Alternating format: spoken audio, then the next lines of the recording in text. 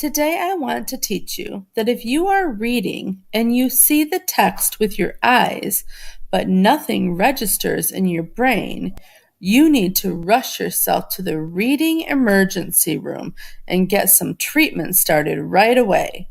The treatment for this problem usually involves slowing down, rereading, and asking questions. Readers, this is serious. Those researchers who study second grade readers have pointed out what a problem it is when a reader is reading along, thinking things are honky-dory when really there's an emergency. The story is not getting through to the reader's brain. If the reader doesn't know there's a problem, he might go right through the book, finish it, and say he's done without even realizing he hasn't read it at all. He just looked at it. This happened to me when I read Minnie and Moo Go Dancing, the 7th chapter. I realized that I needed to go to the reading emergency room. Let me show you what I mean. But first, I'm going to read chapter 7 for you. Before I start with chapter 7, let me quickly tell you about chapter 6. Minnie and Moo are at the party, and Moo takes a bite of a hamburger. But then Minnie reminds her of what hamburgers are made of. Chapter 7, Ghost. Minnie and Moo rested under the old oak tree. They hung the clothes on a branch. Sadly, they buried the hamburgers. Minnie put a marker on the grave. "I'm sorry, Madge," Moo said. "I didn't know it was you."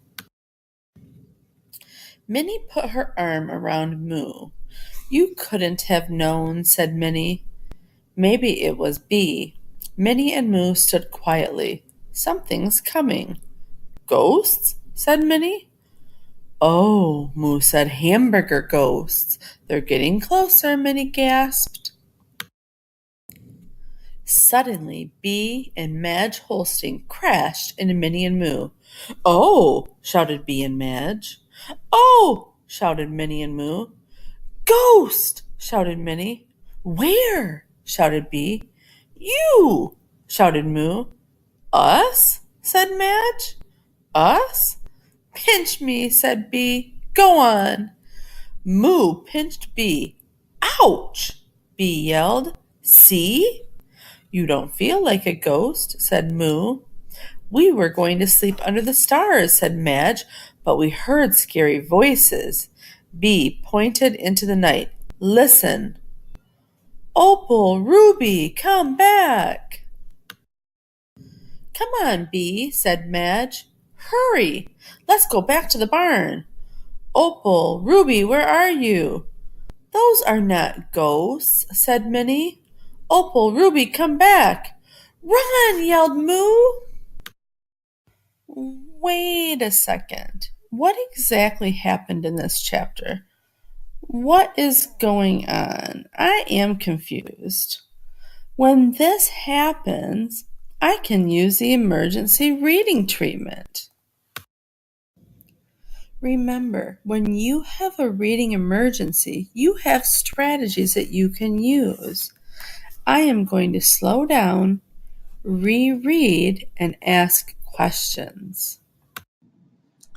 I'm going to reread chapter 7, this time more slowly, and asking questions as I go.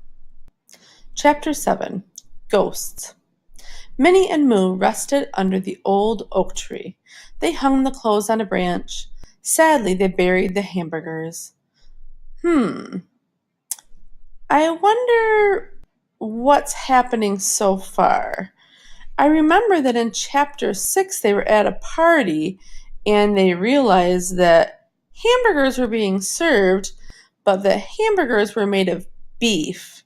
So Minnie and Moo ran off with the hamburgers. So in this chapter, they're starting to tell us that they buried the hamburgers so that nobody could eat them. Well, that makes sense. That's how we're starting chapter 7.